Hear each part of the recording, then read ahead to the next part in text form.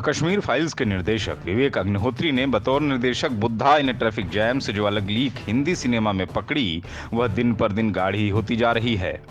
कौन सोच सकता है कि चॉकलेट और हेट स्टोरी बनाने वाले निर्देशक का ऐसा भी हृदय परिवर्तन हो सकता है। लेकिन एक कहावत है ना कि देर आए दुरुस्त आए। विवेक का मसला भी कुछ वैसा ही है। विवेक ने अपनी पिछली फिल्म द ताशकंद फाइल्स से दुनिया भर के लोगों का ध्यान अपनी तरफ खींचा। फिल्म 3 साल पहले की सफल फिल्मों में शुमार रही। उसी फिल्म का डीएनए विवेक अब अपनी इस नई फिल्म द कश्मीर फाइल्स में लेकर आए हैं। पिछली बार उन्होंने इतिहास की मैली चादर से ढकी पूर्व प्रधानमंत्री लाल बहादुर शास्त्री की हत्या की असलियत को दुनिया के सामने लाने की कोशिश की थी। इस बार उन्होंने कश्मीर की सबसे गंभीर समस्या का नकाब नोचा है। सामने जो कुछ आता है वह भीतर तक हिला देने वाला है। लोग कह सकते हैं कि फिल्म में तकनीकी कमाल नहीं है, लेकिन इस फिल्म का कमाल इसका सच ही है। वह सच जिसे कह सकने की हिम्मत कश्मीर से निकले तमाम निर्देशक आज तक नहीं दिखा पाए। फिल्म द कश्मीर फाइल्स एक तरह से इतिहास की उन फाइल्स को पलटने की कोशिश है जिनमें भारत देश में विभत्स नरसंहारों के चलते हुए सबसे बड़े पलायन की कहानी है। देश में कश्मीर पंडित ही शायद इकलौती ऐसी कौम है जिसे उनके घर से आजादी के बाद बेदखल कर दिया गया और करोड़ों की आबादी वाले इस देश के किसी भी हिस्से में कोई हलचल तक नहीं हुई। जिस कश्मीर से कन्याकुमारी तक एक होने वाले देश का दम बार बार बड़े नेता भरते रहे हैं, उसके हालात की ये बानगी किसी भी इंसान को सिहरा सकती है। कोई 32 साल पहले शुरू होती फिल्म की इस कहानी की शुरुआत ही एक ऐसे लम्हे से होती है जो क्रिकेट के बहाने एक बड़ी बात बोलती है। घाटी में जो कुछ हुआ वह दर्दनाक रहा, उस पर्दे पर देखना और दर्दनाक है।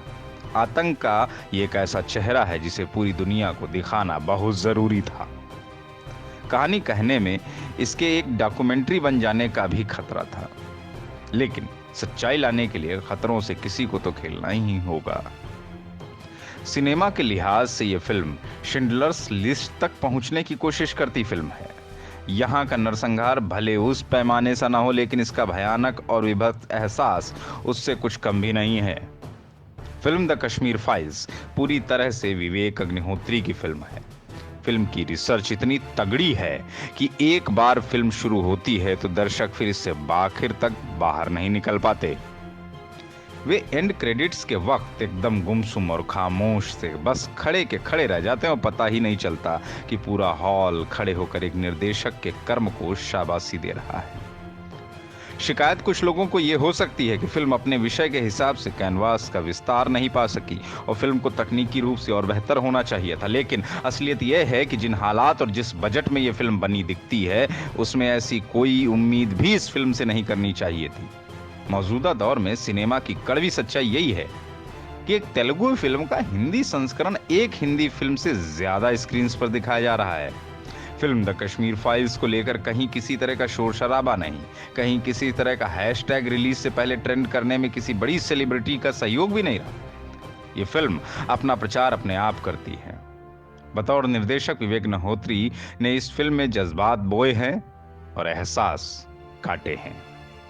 चिनार जैसे ऊंचे इम्तिहान में वह पूरे नंबरों के साथ पास हुए हैं तो बस इसलिए कि उनके साथ कंधे से कंधा मिलाने वाले कलाकारों और तकनीशियनों ने फिल्म में काबिले तारीफ काम किया।